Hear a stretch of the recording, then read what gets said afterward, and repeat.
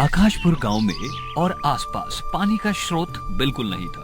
लोगों को मीलों दूर जाकर पानी भरना पड़ता था। ना ही गांव में कोई कुआं और ना ही कोई हैंडपंप था। पानी की समस्या से लोग काफी परेशान हो गए थे।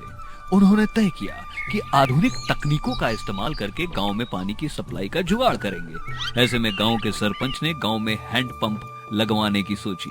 गांव के सभी लोगों की हाँ हुजूरी के द्वारा एक सरकारी हैंडपंप लगवाया गया, जिससे गांव वालों की पानी की समस्या काफी हद तक खत्म हो चुकी थी। लेकिन एक दिन अचानक हैंडपंप से पानी की जगह कीचड़ बहने लगा।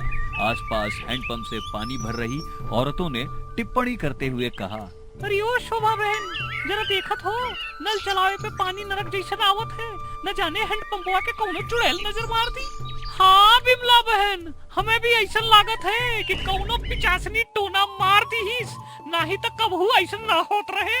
बहनिया, अब बतावा कैसे पानी भरी, घर में खाना कैसे बनी? का बताए बहनिया, हमारे घर में खुद ही पानी नहीं है। हमका लागत है कि गांव से मीलों दूर जो नदी है ओमे से पानी लावे के पड़ी। हाँ सही कहा तो, चलो फिर जल्दी चलो, नहीं तो सांझ हो जाई।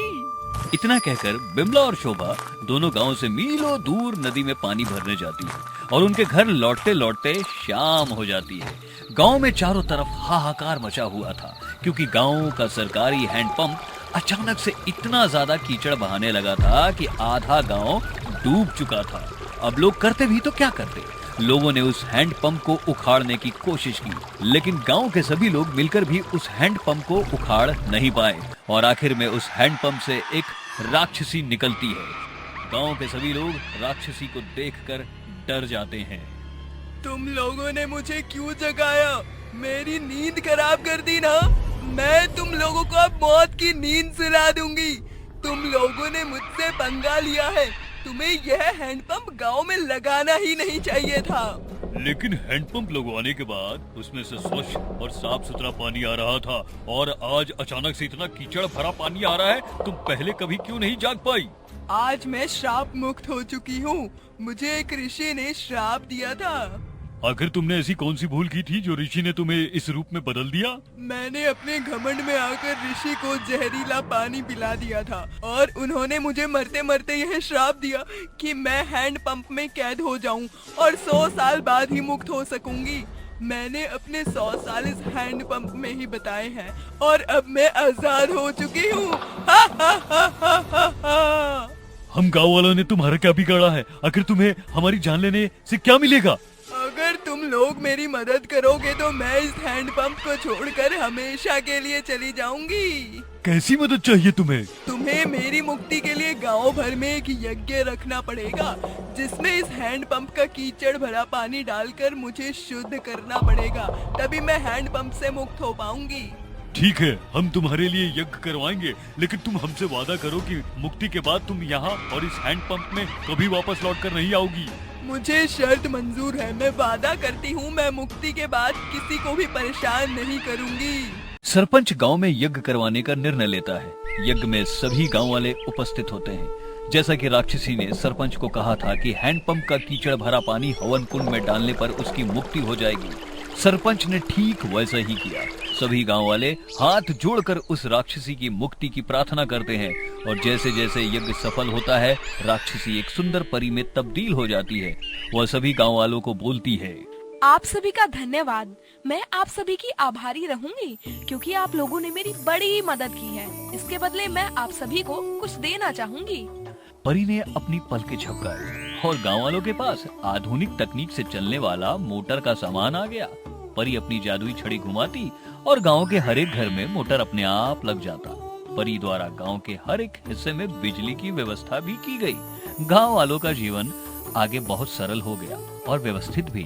सभी गांव वालों ने मिलकर उस परी का धन्यवाद देते हुए बोला, आप तो देवी हैं, हमार गांव के तू शहर बना दी। हम आपके कैसे धन्यवाद करी?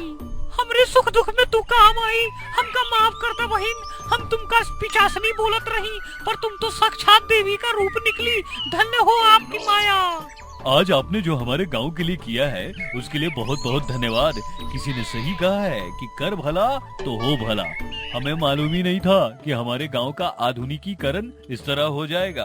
धन्यवाद तो मुझे आप सभी लोगों का करना चाहिए, क्योंकि आपने ही मुझे राक्षसी से परी बनाया है। आखिर में हम सबको यह सबक लेना चाहिए कि हमेशा बुराई को खत्म करने के लिए अच्छाई का सहारा लेना ही पड़ता है। बहुत पहले की बात है। एक गांव में सोहन नाम का आदमी रहा करता था। वो खिलौने बनाया करता था। उसके खिलौने लोग ज्यादा पसंद नहीं करते थे। सोहन रोज नए खिलौने बनाता और बाजार जाकर खिलौने बेचता, मगर बड़ी मुश्किल से सोहन एक खिलौने बेच पाता था। एक दिन सोहन का पड़ोसी राजीव आकर बोलता है, अरे सोहन, आज तो तुम्हारे खिलौने वैसे के वैसे ही हैं। हाँ राजीव भाई, मेरे खिलौने बिक ही नहीं रहे हैं। अरे सोहन भाई, मैंने ही तुम्हारे खिलौने ले लिए होते, मगर मेरा धंधा आज कुछ खास नहीं चला, नहीं तो मैं तुमसे खिलौने जरूर खरीद लेता। राजीव भाई, तुमने पूछा यही बहुत है मेरे लिए। चलो घर चलते हैं सोहन। राजीव भाई, 2 दिन से कुछ खाया भी नहीं है, इस जालिम पेट के लिए कुछ ना कुछ बेचना पड़ेगा। हाँ भाई, तुम बेचो, मैं चलता हूँ। ऐसा कहकर राजीव चला गया। अब सोहन खिलौने बेचने लगा। थोड़ी देर में एक औरत और बच्ची सोहन के पास आकर पूछने लगी कि ये गुड़िया कितने की है। ये गुड़िया 20 रुपए की है बहन, घर जाने का समय हो गया है, कुछ कम करके ले लो। खिलौने उतने अच्छे नहीं हैं, पैसे कम करो। ठीक है, 15 रुपए दे दो, इससे कम तो नहीं होगा। 10 रुपए में देना है तो दो, नहीं तो अपने पास रखो। बच्ची ने जिद किया, इसलिए ले रही हूँ। ठीक है, ले लो, शाम का समय है, घर भी जाना है। इतना कहकर सोहन उस औरत को गुड़िया देकर 10 रुपए ले लेता है। वो औरत गुड़िया लेकर चली जाती है। सोहन को दिन भर की कमाई 10 रुपए ही मिले थे, इसलिए सोहन थोड़ा नाराज था। शाम हो जाने के कारण सोहन जल्द ही निकलता है। शाम होने के कारण वो जंगल के रास्ते जाने लगा। वो सोच रहा था कि सारे दिन का कमाई 10 रुपए है, भगवान क्या होगा। वो जंगल के रास्ते से घर जा ही रहा था, तभी उसे कोई आवाज आ रही थी। रुक जाओ, रुक जाओ। सोहन पीछे मुड़कर देखता है तो उसे एक पेड़ के नीचे बूढ़ा आदमी दिखाई देता है, जो सोहन को अपने पास बुलाता है। सोहन उस बूढ़े आदमी के पास आकर बोलता है, कौन हो आप? इतनी रात को इस जंगल में क्या कर रहे हो? मेरे बेटे ने मुझे निकाल दिया है और मुझे बहुत भूख लगी है। रहने के लिए घर भी नहीं है, इसलिए मैं यहाँ पर बैठा हूँ। दादा, इतनी रात को यहाँ पर रहना ठीक नहीं है। अगर आपको सही लगे तो आप मेरे घर चल सकते हो। ठीक है बेटा, मैं तेरे साथ चलता हूँ। ऐसा कहकर बूढ़ा आदमी सोहन के पीछे पीछे उसके घर जाने लगता है। सोहन को पता ही नहीं था जिसे वह घर लेकर जा रहा है वो बूढ़ा आदमी नहीं, भूत है। कुछ समय बाद सोहन उस बूढ़े आदमी को लेकर घर पहुँच जाता है। मेरे इस छोटे से झोपड़ी में आप कहीं भी रह सकते हो। इस घर में कुछ नहीं है। मैं आपको खाना भी नहीं दे सकता, क्योंकि 2 दिन से मैंने भी कुछ नहीं खाया है। मेरे खिलौने बिक ही नहीं रहे। आज सिर्फ एक खिलौना बिका है, उस 10 रुपए में चना लाया हूँ। इससे आप थोड़े खा लो, थोड़े मैं खा लेता हूँ। ऐसा कहकर बूढ़ा आदमी और सोहन चने खाकर सो जाते हैं। बूढ़ा आदमी आधी रात को उठता है और अपने भूत के रूप में आ जाता है। वो घर में जाकर देखता है कि घर में कुछ भी नहीं है खाने का। वो 2 डिब्बों में अपनी जादू से कुछ सामान भर देता है और फिर बाहर जाकर बहुत सारे सुंदर सुंदर खिलौने बना देता है और जाकर सो जाता है। सुबह होने से पहले बूढ़ा आदमी सोहन से पहले उठ जाता है। वो घर के सारे काम करने लगता है। थोड़ी देर में सोहन उठता है। वो बाहर खिलौने देख बहुत खुश हो जाता है और किसने इतने सुंदर खिलौने बनाए? मैंने तो आज तक इतने सुंदर खिलौने नहीं बनाए। बेटा, खिलौने अच्छे लगे? मैंने बनाए हैं, बहुत सुंदर खिलौने हैं। दादा, इतने अच्छे खिलौने बनाना कहाँ से सीखा है आपने? सोहन बेटा, मैं घर में खिलौने बनाया करता था। चलो, मैं इसे बाजार में बेच कर आता हूँ, तब तक आप कहीं मत जाना। तुम चिंता मत करो, मैं यहीं रहूँगा। ऐसा कहकर सोहन खिलौने टोकरी में भरकर बाजार चला जाता है। बाजार जाते ही उसकी टोकरी में इतने अच्छे खिलौने देखकर लोग आश्चर्यचकित हो जाते हैं और उसके पास आकर खिलौने खरीदने लगते हैं। थोड़ी देर में ही सोहन के सारे खिलौने बिक जाते हैं और उसे अपने खिलौने की अच्छी रकम मिल जाती है। घर लौटते समय सोहन कुछ राशन खरीदने लगता है। घर आते ही सोहन राशन का सामान रखता है। ये देखकर बूढ़ा बोलता है, सोहन बेटा, मैंने खाना बना लिया है। तुम ये राशन क्यों लाए हो? घर में तो राशन है। सोहन सोचने लगता है कि घर पर तो खाने को कुछ भी नहीं था। तभी बूढ़ा आदमी सोहन को राशन का डिब्बा दिखाता है। जाओ, हाथ पैर धो लो, फिर चलो खाना खाते हैं। सोहन और बूढ़ा आदमी दोनों खाना खाते हैं। सोहन बूढ़े आदमी को बाजार की सारी बात बताता है। ये सुनकर बूढ़ा खुश हो जाता है और दोनों सोने चले जाते हैं। कुछ दिन बीत जाते हैं। सोहन रोज नए नए खिलौने लेकर बेचने चला जाता है।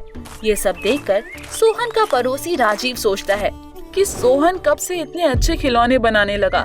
दाल में कुछ तो काला है, मुझे पता करना पड़ेगा, आखिर बात क्या है। राजीव रात को सोहन के घर के बाहर सो जाता है। आधी रात को राजीव को कुछ शब्द सुनाई देते हैं। राजीव सोहन के घर की खिड़की से अंदर देखता है तो वो दंग रह जाता है कि एक आदमी अपने जादू से नए नए खिलौने बना रहा है। ये सब देखकर राजीव डर कर वहाँ से भागकर अपने घर आ जाता है। सुबह वो देखता है कि सोहन सुंदर सुंदर खिलौने लेकर बेचने जा रहा है। राजीव गांव के सरपंच को सारी बात बताता है। सरपंच और गांव के लोग शिव बाबा के पास जाकर उस भूत के बारे में बताते हैं। बाबा सबको लेकर सोहन के घर जाते हैं और उस बूढ़े आदमी को बोलते हैं, कौन हो तुम, बताओ। बूढ़ा बोलता है, मेरा नाम श्याम नारायण है। जब मैं जिंदा था तो मैंने बहुत पाप किए हैं, इसलिए मेरे मरने के बाद मेरी आत्मा को यहाँ भटकना पड़ रहा है। अगर इस पूर्णमासी को मेरी अस्थियों को गंगा में प्रवाहित करके और मेरे नाम का हवन किया जाए तो मैं यहाँ से चला जाऊंगा। ये सब बातें पीछे सोहन सुन रहा होता है। आपका घर कहाँ है? मैं आपको मुक्ति दिलाऊंगा। इतना कहकर सोहन बूढ़े आदमी से उसके घर का पता लेकर उसकी अस्थियों को गंगा में प्रवाहित करता है और बूढ़े आदमी के नाम का हवन करता है। तभी बूढ़ा आदमी सोहन को हमेशा खुश रहने का आशीर्वाद देता है और खिलौने बनाने की जादू देकर चला जाता है। सोहन अपने घर आता है। अगले दिन से वो खिलौने बनाता और बेचकर अपने जीवन व्यतीत करने लगा।